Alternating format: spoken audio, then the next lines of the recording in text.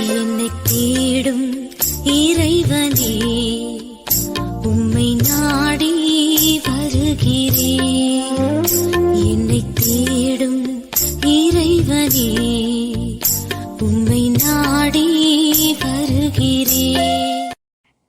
August 15ஆம் நாள். இன்றைய தியானத்தின் தலைப்பு தீர்க்க தரிசனம், பகுதி 2. வாசிக்க வேண்டிய திருமறை பகுதி 2 நாளாகமும் 18வது அதிகாரம் முதல் 34 வசனங்கள். தீர்க்க தரிசனம். என் தேவன் சொல்வதையே சொல்வேன். 2 நாளாகமும் 18-13. யூதாவின் மன்னனான யோசபாத் இஸ்ரேல் மன்னனான ஆகாப்பிடம் போனான். ஆகாப் கீலேயாத்திலுள்ள ராமோத்துக்கு யுத்தத்திற்கு போகலாம் என்று அழைத்திருந்தான். அந்நாட்களில் யுத்தத்திற்கு போகும் முன் தீர்க்க தரிசனம் கேட்பது வழக்கம். ஆகாப் 400 தீர்க்கதரிசிகளை வரவழைத்து யுத்தம் பண்ண போகலாமா போகலாகாதா என்று கேட்டான். அவர்கள் யுத்தத்திற்கு போகும்படி கூறினார்கள். ஆனால் அவர்கள் கர்த்தருடைய தீர்க்கதரிசிகள் அல்ல.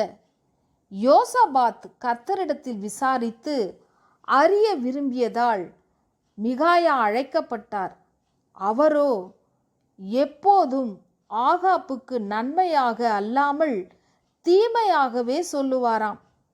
இருந்தாலும் யோசபாத் விரும்பியதால் மிகாயாவை ஆள் அனுப்பி அழைத்தார்கள். அழைக்க போனவன் மற்ற 400 தீர்க்கதரிசிகளும் ராஜாவுக்கு நன்மையாய் சொல்லி இருக்கிறார்கள், நீரும் நன்மையாகவே சொல்லும் என்று கூறியபோது மிகாயா, என் தேவன் சொல்வதையே சொல்வேன் என்று கர்த்தருடைய ஜீவனை கொண்டு சொல்கிறேன் என்றார். இவர்தான் உத்தம தீர்க்கதரிசி. இவர் யுத்தத்திற்கு போங்கள், உங்களுக்கு வாய்க்கும் என்று சொன்னாலும் ராஜா உண்மையையே சொல்லும் என்று வற்புறுத்திய போது இஸ்ரவேலர் மேய்ப்பன் இல்லாத ஆடுகளைப் போல மலைகளில் சிதறப்பட்டதை கண்டேன் என்று கூடுதல் விவரமும் சொல்கிறான். இப்படி மிகாயா இஸ்ரேல் மன்னனுக்கு விரோதமாக சொன்னதற்காக தண்டிக்கப்பட்டார். இன்றும் மக்கள் தீர்க்க தரிசனங்களை எதிர்பார்க்கிறார்கள். அன்று ராஜாவுக்கும் அவனுடைய நாட்டுக்கும் தீர்க்க தரிசனம் சொல்லப்பட்டது. இன்று தனி மனிதர் வாழ்விலே திருமணம் எப்போது நடக்கும், குழந்தை பிறக்குமா போன்ற கேள்விகளுக்கு பக்தர்கள் ஆண்டவர் என்ன சொல்கிறார் என்று கேட்க விரும்புகிறார்கள். எனவே பல ஊழியக்காரர்கள் சரியும் தவறுமாய் ஒற்றையா இரட்டையா தீர்க்க தரிசனம் சொல்ல விழைகிறார்கள்.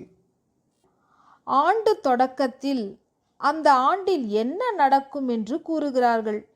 இப்போது மாதந்தோறும் கூட சொல்லுகிறார்கள். இது பக்தி வளர்ச்சிக்கு உதவுமா, இது நமக்கு தேவையா என்று சிந்திப்பது அவசியம். தேவ சித்தத்திற்கு ஒப்பு கொடுப்பவனின் வாழ்வில் தனி மனித தீர்க்க தரிசனத்துக்கு இடமில்லை. தேவ சித்தத்திற்கு ஒப்பு கொடுப்பவனின் வாழ்வில் தனி மனித தீர்க்க தரிசனத்துக்கு இடமில்லை. தீர்க்க தரிசனம் என்பது என்ன, தேவ சித்தம் தானே அம்புதல் தானே. தீர்க்க தரிசனம் என்பது என்ன, தேவ சித்தம் தானே அம்புதல் தானே. ஜெபம். தேவனே, நான் உம்மிடத்தில் அன்பு கூறுகிறேன். சகலமும் நன்மைக்கேதுவாகவே நடக்கும் என்று நம்புகிறேன். ஆமேன்.